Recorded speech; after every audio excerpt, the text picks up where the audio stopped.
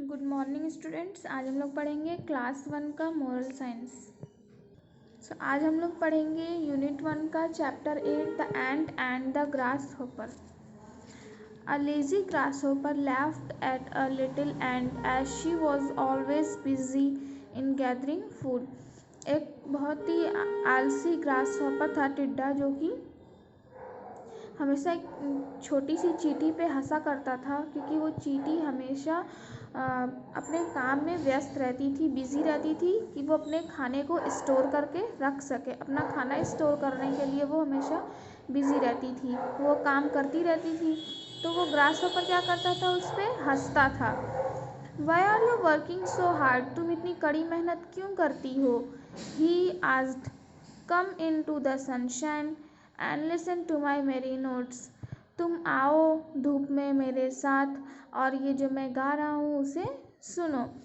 But the ant went on her work. लेकिन जो चींटी थी वो अपने काम पे ही चली जाती थी। She said I am collecting food in a store for the winter. तो चींटी बोलती है कि मैं सर्दी के लिए मीन्स ठंडी के लिए अपना खाना स्टोर कर रही हूँ। Sunny days won't last for ever.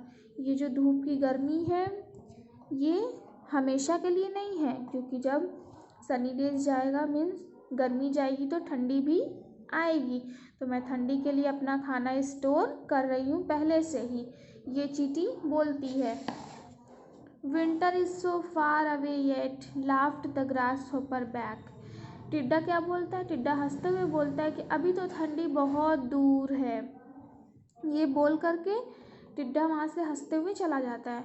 And when the winter came the ant settle down in her warm house. अब क्या होता है? अब ठंडी आ गई मीन्स सर्दी का मौसम शुरू हो गया, और चींटी क्या होती है? अपने घर में शांति से रहती है। She had plenty of food to last the whole winter. और उस चींटी के पास इतना खाना रहता है मीन्स इतना इनफ खाना रहता है कि वो पूरे ठंडी आराम से खा सकती है।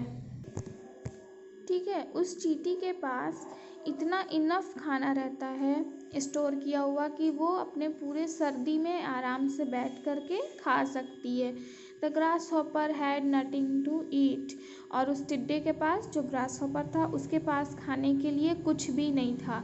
सो he went to the ant and begged her for a little corn. तो वो चींटी के पास गया और उससे,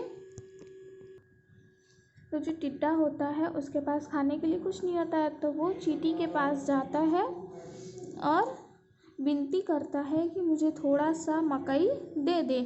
नो रिप्लाइड द एंट। चींटी ने बोला नहीं। You laughed at me when I worked. जब मैं काम करती थी तो तुम मेरे पे हंसते थे। You yourself सैंग through the summer so you had better dance the winter away. तो तुम गर्मी को दूर करने के लिए गाना गाते थे, तो अब तुम ठंडी को भगाने के लिए तुम बहुत ही अच्छा डांस भी कर सकते हो। तो जाओ तुम डांस करो और मैं यहाँ पे अपना रहूँगी, लेकिन मैं अपना खाना नहीं दूँगी। तो ये थी स्टोरी चैप्टर 8 की, the ant and the grass hopper. इसमें यही था कि जो टिड्डा था वो बहुत ही लेज़ी था और ये पूरे गर्मी में कुछ नहीं करता है। तो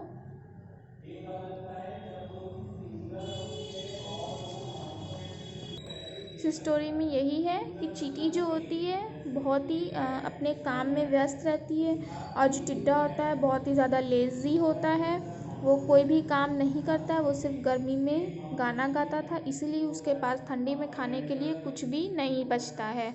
तो वो जब चींटी के पास जाता है तो चींटी उसे खाना देने से मना कर देती है। इस स्टोरी का ये मतलब है इडलनेस इज़ अ कर्स।